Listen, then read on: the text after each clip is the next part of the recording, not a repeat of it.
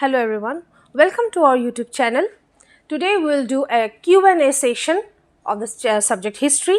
Here I have taken two chapters and as likewise we will discuss the questions. Let us see the first question. The earliest inscriptions were written on which material? Here they are saying on which material the earliest inscriptions were written.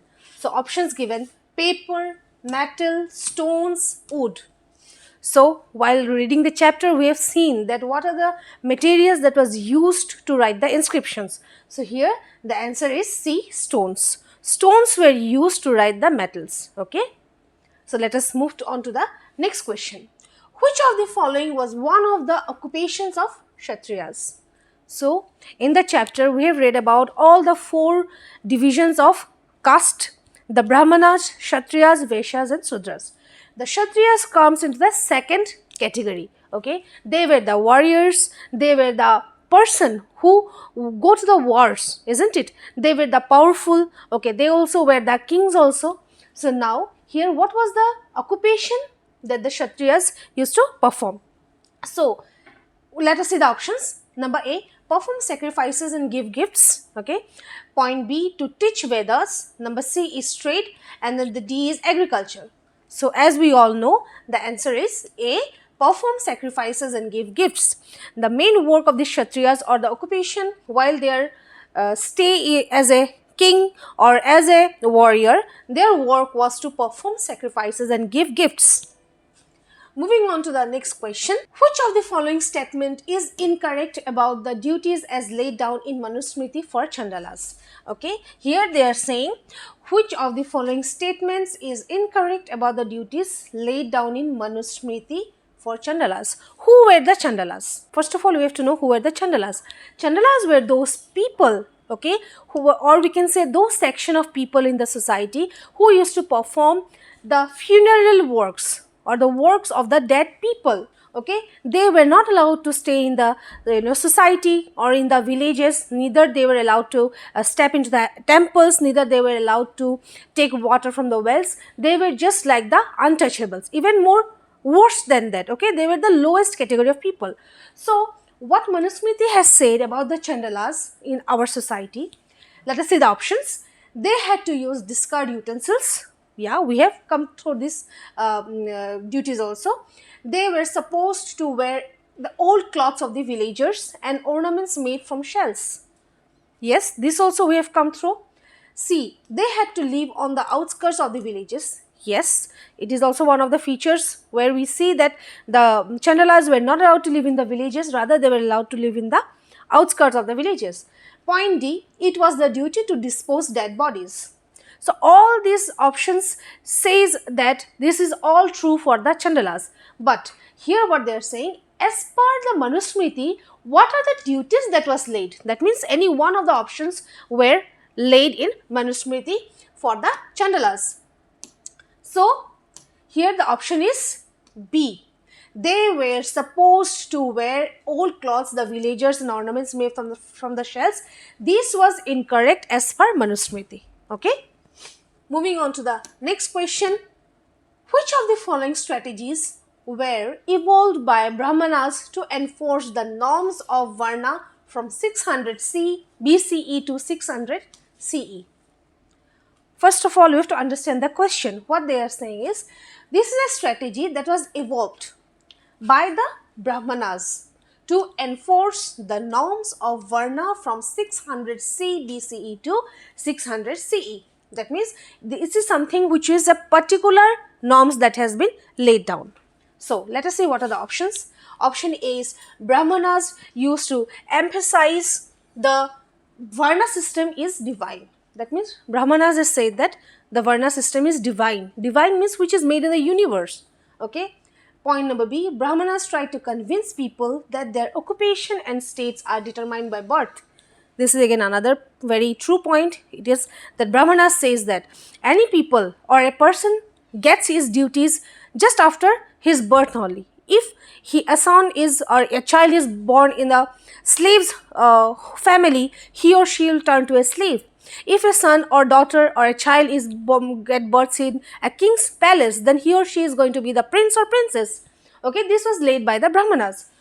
Point C. Brahmanas advised the kings to ensure that people follow the norms of the Varna system within the kingdom. This is again very true, that one kingdom will have its Varna system and the people will have to follow that norms of the particular kingdom only.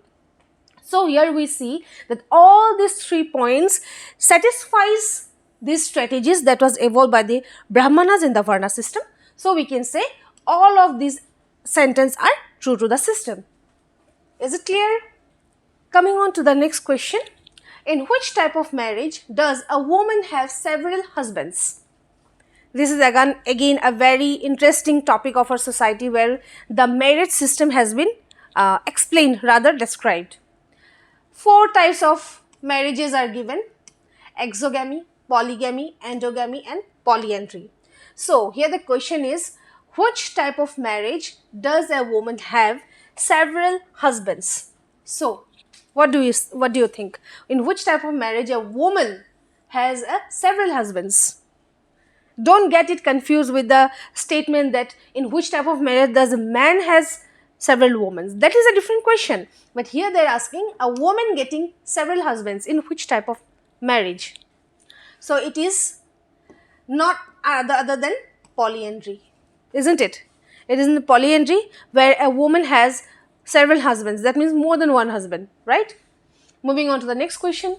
Which of the following statement is correct about the importance of gender difference in the early societies from c. 600 BCE to 600 CE?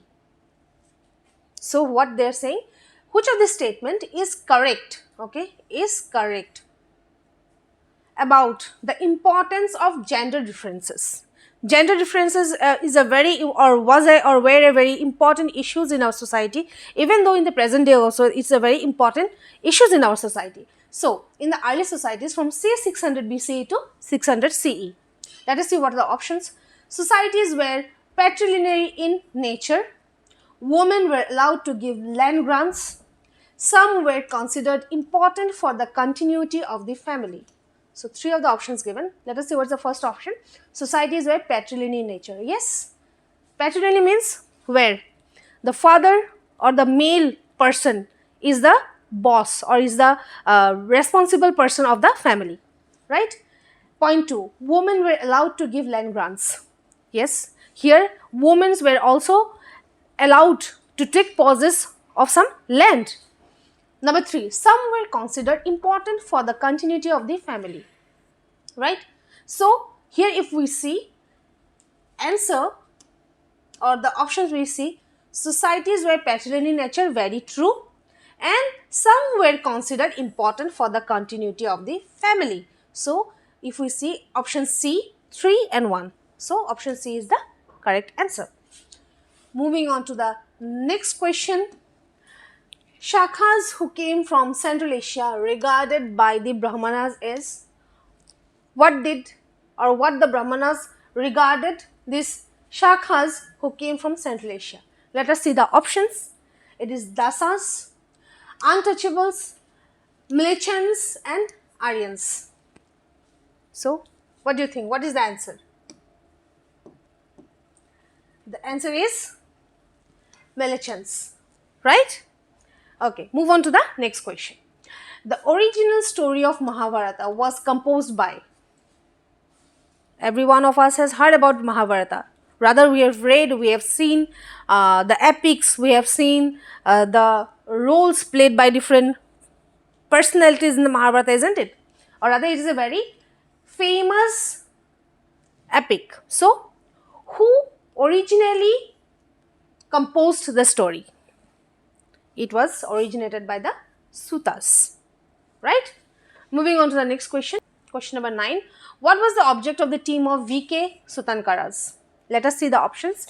Prepare critical edition of Mahabharata, translate Mahabharata in the English language, prepare critical editions of Manusmriti, and the third is translate Manusmriti in Tamil.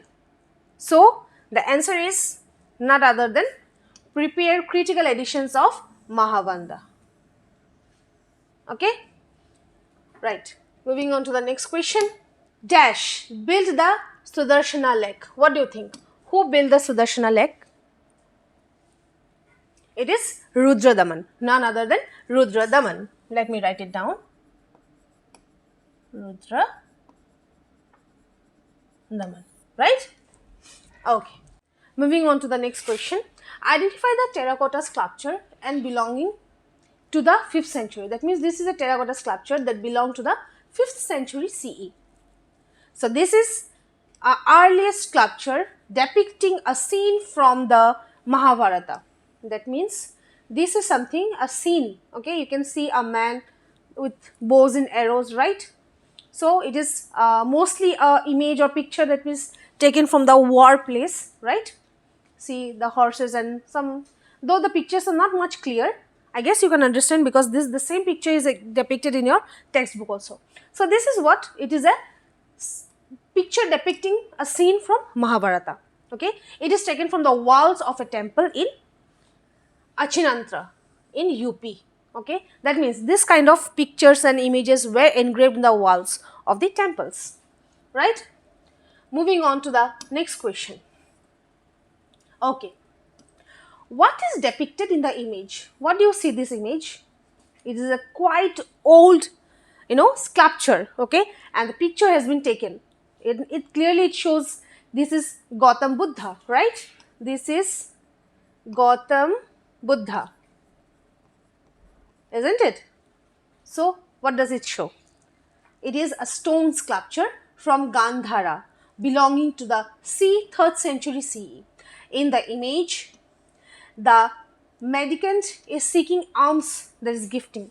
This is a very cool, or rather you can say a very silent, peaceful image where Buddha offering a gift to other person, or you can say they were the disciples.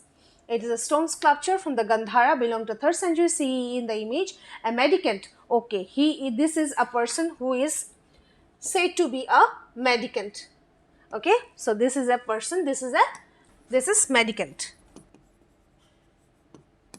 Okay, so here we can see the person offering gift to the other person. Moving on to the next question. Rulers of the Satavahana dynasty claimed to be both a unique Brahmana and destroyer of the pride of Kshatriya. So what is the answer? The answer is, if you remember, it is Gautami Putra Shri Satakarni. Isn't it? Right? Okay. Moving on to the next question. 14.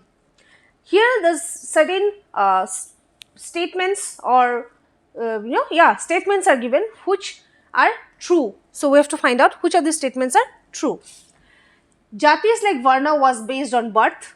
Yes, Jatis on Varnas was based on birth. Just like Varna, the number of Jatis was fixed. Just like Varnas, the number of Jatis was fixed. Jati with different occupations sometimes organized into shrines or guilds. No, they never. So which of these statements is true? It is clearly given. These two statements indicates true to the situation at that period of time. That means 1 and 2. So this is the correct answer. Moving on to the next question. Who excavated the village named Hastinapur? Who do you think excavated the village Hastinapur? This I will rather keep for you. Just try to find out the answer to this question. Moving on to the next question. Following statements regarding gender access to the property. Okay, what do you think? How property was accessed within the gender? Let us see. Women had no right to the paternal estate. Okay, fine. Paternal estate was divided equally among some after the death of the parents. Okay. Stridhan could be inherited by the children and husbands of the woman, both A and B. So what do you think? What is the answer? Both A and B is the right answer. Women had no right to the paternal estates and paternal estate was divided equally among some of the after the death of the parents, right? Moving on to the next question. Which statement is correct about the classification of people in the terms of Gotra under Brahmanical practice around 1000 BCE onwards? What is again Gotra? Gotra is something that comes with the birth of the child. Okay, it is something like how they access or they describes the family belongs to which category, whether it is a royal category or they belong to some peasantry groups or maybe some slaves. Okay, this is Gotra. Now let us see the option. After marriage, women were expected to give up their father's Gotra. Okay, option B, they were supposed to adopt the Gotra of their husbands. This is very true. Even in today's society also, we are bound to do this. Rather not bound, but we do that, right? See, another important rule was that members of the same Gotra couldn't marry. This is also very true. Members of the same Gotra cannot marry because they were again thought to be brothers and sisters. So, they cannot get married. All of this, right? So, we can say all of these options are true to the statement. Is it clear? Moving on to the next question. What is James Princeps' contribution? Hold on. Okay. What is James Princeps' contribution to the development of Indian epigraphy? Okay. Let us see the options. He deciphered that Kharosthi script used the most of the Ashokan inscriptions. Yes. And he deciphered that Brahmani scripture used in most of the Ashokan inscriptions. Here the answer is A, isn't it? If you read the chapter, if you see the contributions of James Princeps, he has deciphered that Kharosthi script used in most of the Ashokan inscriptions, right? Moving on to the next question. On the political map of India, label the important state, that is a place of that is given in this map. What do you see here? These are the options given. Okay, that means here there is an indication. Can you say this? This indication, that means any of this place given in the options has to be placed there. That means this place, I don't know which is the place, it is you who will know. So, whichever is the option, that place belongs to this point. So, if you go through the political map, what do you think? Which of the options is going to be the true answer? This is none other than Dholavira, isn't it? Very important place that has been described in this chapter, Dholavira, right? So, with this, we end this Q&A session. Thank you so much. We'll meet in the next video.